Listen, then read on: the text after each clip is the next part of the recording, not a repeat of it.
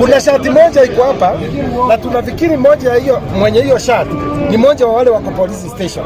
So we suspect tukipata huyo atatuelezea ni akina nani walikuwa na hao. Tunaliana vizuri?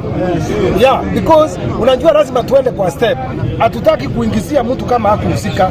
But we are sure tukisha verify, tukishafanya search wale wako police station, tumekubaliana na watu wa bank kwa sababu kuna CCTV, kutakuwa na multi-agency team waende waangalie kwa CCTV ni akina nani walikuwa wanaingia kwa bank kutoka saa 3. Tukishafanya hivyo, because tutakuwa na police, tutakuwa na watu wa National Intelligence Service, all of them, even the bank people, tunataka waangalie hiyo CCTV na kutoka saa 3 mpaka ile wakati ile kitendo kilitokea, tutaweza kudhibitisha ni nani alihusika, na niko na hakika kabla ifike jioni tutakuwa tumepata labda ule alihusika.